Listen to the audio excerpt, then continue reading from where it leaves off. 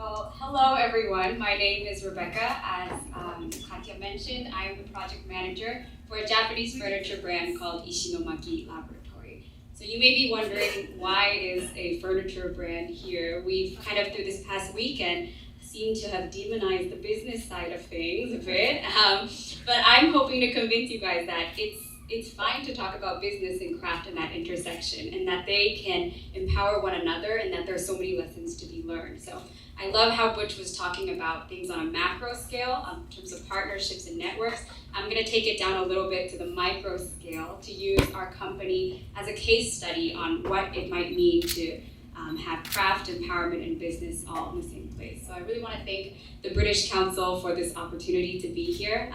Until I sat on the plane at Tokyo and Narita Airport, I didn't think I wasn't actually going to be able to come because coronavirus. Don't worry, I'm not sick, I'm okay. It's actually my hometown of Seattle, so I'm a Taiwanese American. My hometown of Seattle is now the one that's more impacted by coronavirus, so a lot of thoughts and prayers there. So let's get started. First off, has anyone here heard of Ishinomaki Laboratory? If so, can you raise your hand? Before this conference? Okay, good to know. So the front half of this presentation is a bit introduction heavy. I want to make sure everyone knows the context of why we are how we are. So Ishinomaki Laboratory began in 2011 as a simple workshop for the local community. Today we're pushing the horizons of DIY through the power of design, energizing people in the community as a locally run independent company, and what we like to say is the world's first DIY label. I'll explain what that means later on. So what's really important to clarify from the start of this is that we are a publicly incorporated furniture company. We're not a nonprofit organization. We don't try to portray ourselves as such. And I think this distinction is really important because it means that from a business sense, our first priority is to make a profit and sustain operations. I think it's really important to be honest about that, but also not negate the fact that we can still have a social impact and can still be advancing craft. So those are some examples of our furniture, very simple, minimalist, functional pieces.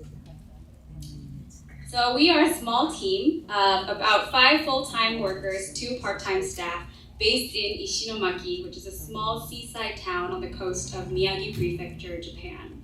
Our wood workshop is fairly basic, so it's not like the Fab Lab that Tomas presented about a few days ago with CNC laser cutter, 3D printers, and whatnot. We have what kind of machinery and tools you might find in like a carpenter hobbyist garage. So the circular saw, a drill press, a belt sander, random sheets of sandpaper just lying everywhere, etc. All of our furniture is handmade to order in this space, with a few parts occasionally outsourced if we don't have the capacity to handle the order. So people are often quite surprised at the footprint and influence of our brand, as we are just a small team in a small town. Yet we're able to produce high quality, simple, functional pieces of furniture that are stylish and suitable for high-end spaces. Today I'm here to share about how our business model, specifically the partnerships and the network that we've cultivated in the last 9 years, enable us to continue to innovate and excel in this competitive market. So in spreading the impact of DIY and design, we kind of come back to these 4 things, and I'll elaborate on them more later: inspiration, innovation, connection, and collaboration. But first, before I get into this, I want to talk to you guys about why we are the way we are.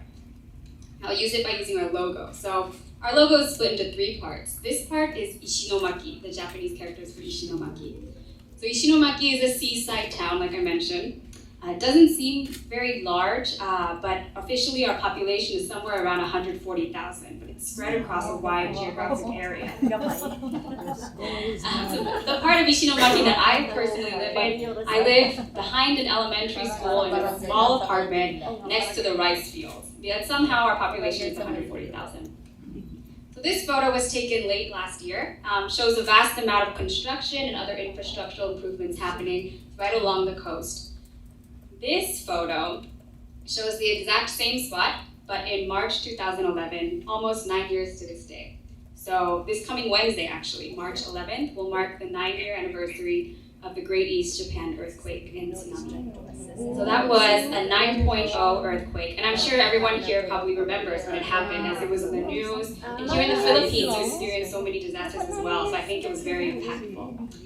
It was that once in a 1,000 years quake that really just rocked the lives of not just Northeast Japan and these coastal communities, but all of Japan, and in effect the world, because people saw the devastating impact and power of nature. So nationwide, there were about 16,000 casualties, still 2,500 missing to this day. In Ishinomaki, we made up 3,500 of that 16,000, just our town alone, with 420 still missing. After the disaster, this is the center of town. At the very back is the train station. It flooded, there were hundreds of aftershocks, fires, devastation throughout the center of town. So this is where we are from. Second part of our logo, it says Kobo in Japanese. So our company name in Japanese is Ishinomaki Kobo.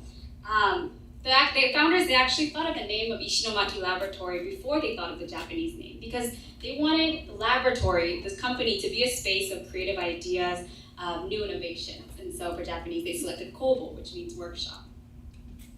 So the way the company started, to kind of quickly summarize, is that our founder, Keiji Ashizawa, he is a Tokyo-based architect and product designer. He had helped to design a restaurant, the interiors of a restaurant, back in October 2010. However, this is in Ishinomaki, and however, the disaster hit just about 6 months later, March 2011. So Keiji, he called his friend, that restaurant owner, and asked, like, are you okay? Is your family okay? Can I do anything to help? Is the restaurant okay? Of course, as the architect, he was concerned. His friend said, so actually that building right there, is there a pointer on this? Yes. Center button. This building is that restaurant.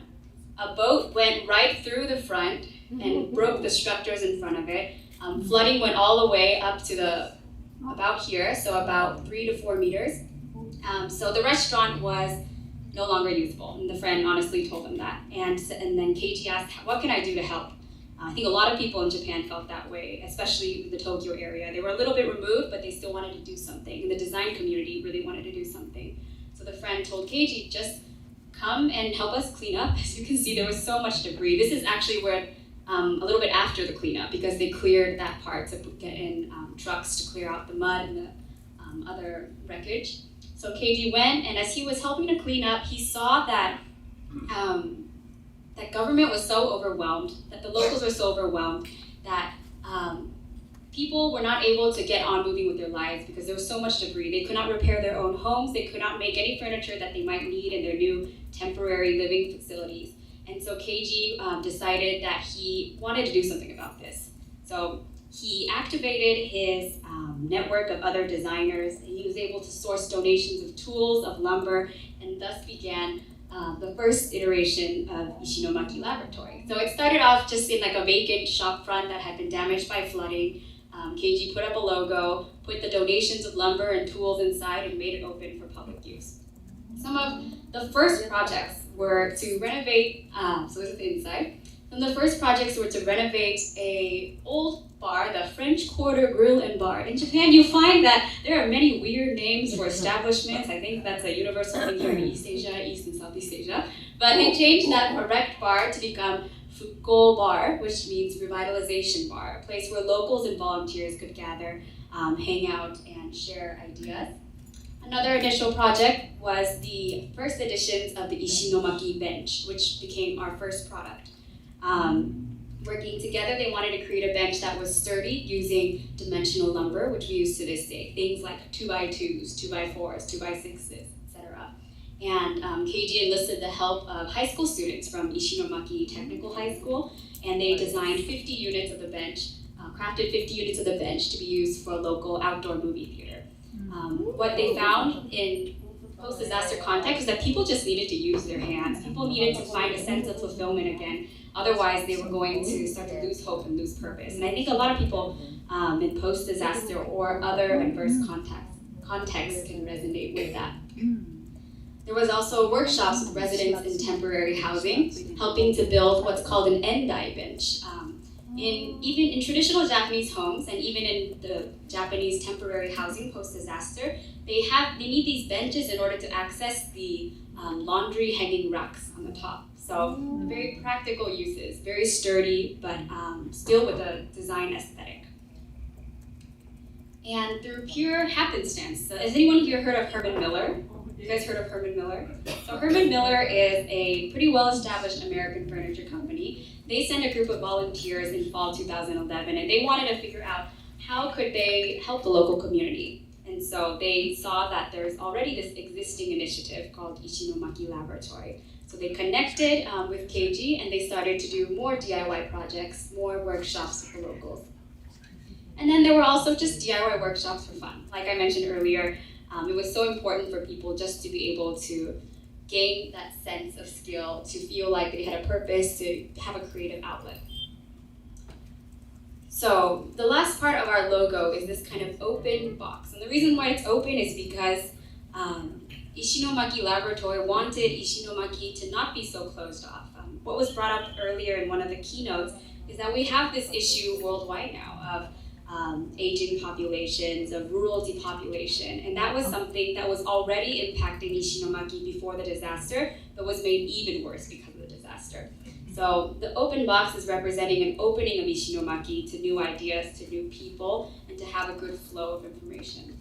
So as we began to grow more established, and through the media exposure that came with that Herman Miller collaboration, the inquiries began flooding in from Japan and even outside of Japan, internationally, asking if those products that were initially just made for workshops could also be bought. And that's how Ishinomaki Lab began transitioning to become a full-fledged furniture company. So we were incorporated as a company in 2014. So we started to exhibit our work throughout Japan. This is at the International Furniture Fair Tokyo, IFFT. This was from IFFT last year. And then we also did international exhibitions as well, such as this one in Singapore with our local partner there at the time, a brand called Supermama.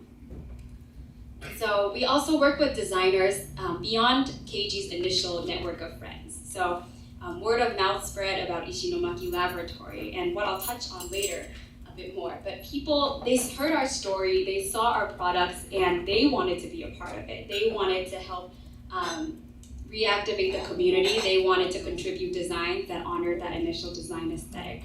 And so we've been able to create very simple, minimalist, functional products that majority of them still use the dimensional lumber, standard lumber that I mentioned earlier. We've expanded to use things like simple L-angle steel bars or plywood backed with furniture linoleum. And then with those designers, we've done a little more kind of fancy exhibitions. So Michael Marriott is a UK-based designer. We helped with his exhibition in Tokyo. And then Torafu Architects, the ones who designed that A-frame stool that has now become quite iconic in different places. We helped them with different installations throughout Japan. And so in the spirit of our origins, we continue to host workshops this day. This is at Yokohama Disaster Risk Reduction Learning Center, a very long name. And helping people to enjoy DIY, enjoy design, to get creative, to work with their hands. With open furniture at a community organization called Shibaura House. They wanted to use furniture as a way to activate public spaces. They wanted people to be able to see good craft, good craftsmanship outside, and to touch and feel and engage with the material. So we've done that with them for the past 2 summers. And then we sell our furniture not just to regular private people like you and I, but also in the contract furniture market, to offices, to cafe spaces, helping people to see our furniture. And as you can see, all of our furniture has our logo stamped on it. And then when people see that, especially when they can read it in Japanese or in Chinese and whatnot, they're able to Google it and they're able to find the story of Ishinomaki. And we often get tagged on Instagram saying like, oh, what is this? Like, it's Ishinomaki. I didn't think I would see a small rural town furniture products in such a fancy location. And then this is what I really want to focus on, which is our initiative called Maiden Local. So as I mentioned at the beginning, we're just a team of 5 to 7 staff. So handling all of these projects and continuing to grow is only possible because of the network that we've cultivated and these innovative partnerships that we've built over time. One of these is the Maiden Local initiative. So I manage this one. It gives me both a lot of great joy and happiness as well as stress. but that's just the life of, I think, working in this crafts industry. So we share our product designs, kind of license them out, and we share our know-how with international makers for them to make our products using the skills of local craftsmen using locally available timber. Doesn't mean it has to be timber from like the domestically Filipino timber, because there are many restrictions here in the Philippines. So for example, with our partner in Manila, they sourced Southeast Asian teak from other countries ethically, as well as European larch, whatever they're able to source in a sustainable manner. And now we have partners located in London, Manila, Berlin. Later this month, we're launching a new partnership in Detroit, and we also even have a domestic one in Japan that kind of makes our furniture a little fancier. If you're interested in that, I can share about it more later. This idea of made in local is really similar to what Cameron mentioned in his keynote yesterday about cosmo-localism, so designing global, manufacturing locally. But at the same time, it's also a bit kind of what he was saying, pluriversal, so about coexisting locals. So we don't want any of them to kind of come into competition with one another to clash, but we're all building up on what unique things our communities have to offer.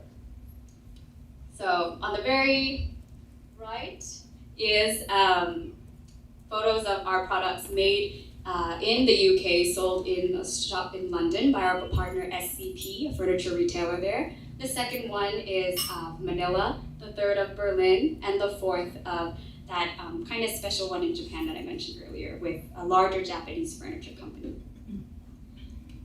So, like I mentioned, this Ishinomaki laboratory is built up of that connection to Ishinomaki, how it transitioned from just a simple public workshop into a furniture brand, and how we want to take it beyond Ishinomaki. We want to share our story, we want people to learn from it, and we want to learn from others. So back to this initial thing. I apologize that the text is a bit small. I thought the screen would be larger because originally we were in the other room. But inspiration. So from the very beginning, we were inspired by the immediate reality and the needs of the post-disaster context. As is sometimes said, risk is opportunity, or as an urban planning professor of mine used to say, disaster is opportunity. That's not something you ever want to hear in the immediate aftermath of disaster. It can be very insensitive. But in hindsight, when you look back, especially in the case of Northeast Japan, like I mentioned earlier, there were already issues of depopulation, of rural flight, of youth feeling hopeless that they can't do anything in their rural hometowns, they must go to Tokyo. Ishinomaki Laboratory wanted to be a sort of catalyst for change in that region, to show people that your hometowns can be creative, you can have good products come out, and you can be a part of that. The second aspect is innovation. So available materials, tools, and skill sets, they were kind of constraints on Ishinomaki Laboratory in the beginning, but they led to the innovative designs that make us who we are today. So we work with softwoods, particularly Western red cedar from Canada, and that's because it was what was donated in the beginning. It's something that's lightweight but durable but rot resistant. And for our furniture, and like in the images I showed earlier, we keep the screws exposed. We're not using 1,000-year-old fancy Japanese joinery. We really respect that. We love it. It's beautiful. But that's not very replicable. And it's a hard thing to teach and a hard thing for people to appreciate and become intimate with at times. So any designer that we have worked with has had to kind of operate within these design constraints, and we think that that creates a lot of innovation for them. So connection. Activating existing networks and communities of practice, finding like-minded creatives. I think this is very important and applicable for anyone here in this room, because we came into being and we've been able to stay alive and stay operating because of that initial activation of existing networks and communities of practice from our founder, from KG's other designer friends and their friends. And in the beginning, we had to be proactive about searching out designers, but now, because we've slowly been establishing ourselves and making our story known, making our products known, they come to find us. So what's really important is that no company, organization, craftsman, artisan can stand alone and expect to succeed. It takes connections, it takes exposure, it takes people giving you that chance in order to bring even those best ideas and crafts to the global stage. Last one, collaboration. So this is fostering mutual growth through complementary strengths. So with our partners, whether they are the designers, the retailers, the media, the photographers, etc., the collaboration is really rooted in that complementary strengths. We all have something that we can contribute. For me, as the project manager, I'm handling the business, the collaboration, the marketing. Doesn't make me any less, but it makes everyone a vital piece of the puzzle. So, taking these 4 values into account, I really want to focus on Ishinomaki Lab in the Philippines. So, we've been active in this country since 2016. We were invited by Japan Foundation Manila to participate in workshops in Bohol. So Bohol in 2013, I believe, had the big earthquake. And so Japan Foundation Manila invited Ishinomaki Laboratory co-founders to come to network and to teach and to learn from the people who experienced that earthquake. And then following that, they invited Ishinomaki Lab again, 2017, 2018, to assist with workshops in the creative urban communities of Metro Manila. And then in 2019, we established a Maiden local partnership, which I'll touch on. So this is the flyer for that initial 2016 workshop in Bohol. As I mentioned, we were working with those initial local communities. Here is one of our co-founders, Takahiro Chiba. He was the one who runs our workshops, a very jovial kind of guy. Reminds me of Santa Claus, very cheery, like a young Asian Santa Claus.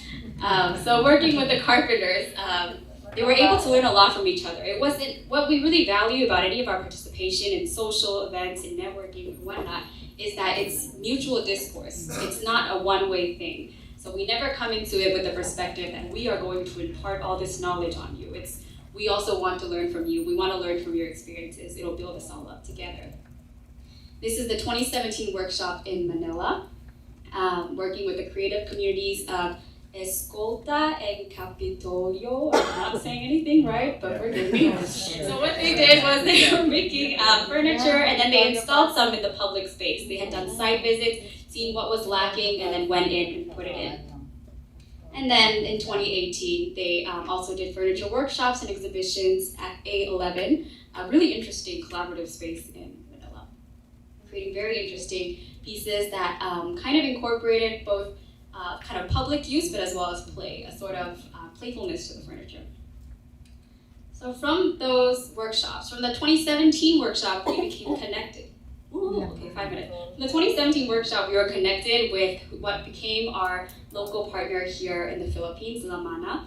So La Mana consists of a couple based in Manila, Jar and Kay Consenko. Jar is here with me today as moral support. Yay, Jar. Jar participated in the 2017 workshop, and he was really impacted by the story, by the designs of the product. He went home, told his wife Kay about it, and they decided they wanted to be our distributor here in the Philippines. So it's another example of people hearing the story, seeing the product, wanting to partner with you. After they heard of our Maiden local initiative, they decided that they could do it, but they didn't have any experience with furniture making. Despite that, they sought out other people to learn from them, established their own furniture workshop in Antipolo, and launched La Mana in order to make our products here in the Philippines. So they do the same thing, using the branding iron to putting down our logo. We launched a collaboration with them at a shop called Exception in Makati, Manila last April. And it was a grand success, and it was amazing and inspiring to see the creatives of Manila all gathered there supporting us at the launch. So there's Chiba-san, the co-founder, Keiji, Kay, and Jar. And so I think Ishinomaki Laboratory is very appreciative to them because they use their skills and their networks in order to help bring us to life here in the Philippines. Jar is a professional photographer, so he often uses our products in styling, such as with this photo. And he shoots photos and assists with interviews for local famous people, I suppose. So this is the wife of the Japanese ambassador to the Philippines, and that's our bench. So Jar kind of just brought it to the photo shoot, asked if she would incorporate it in the shoot, and she agreed, and then she also heard our story and loved it and wanted to support it. So that's Cebu Pacific's In-Flight magazine. Kay, on the other hand, she loves our workshops and loves the idea of empowering people with that DIY skill. So she assists with the workshops, such as with our DIY bird kit. And then this is from last month. They were making the Ishinomaki stool at their workshop in Antipolo. So kind of back to close a bit to this.